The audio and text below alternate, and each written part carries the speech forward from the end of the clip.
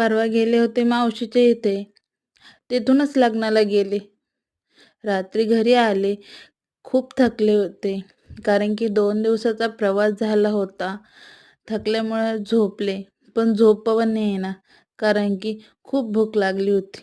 मग फ्रीज उचकलं. त्यामध्ये बघितलं तर मेथीची भाजी होती. मग मेथीची भाजी घेतली, पटकन धुतली व तिला लसणाची फोडणी दिली. त्यानंतरून ती चांगली परतून घेतली व शेंगदाणे, मीठ, मिरची, लसूण याचं वाटण वाटलं व त्यामध्ये टाकलं. खूप थकल्यामुळं पटकन थपाथपा भाकरी थापल्या व पटकन जेवायला घेतलं.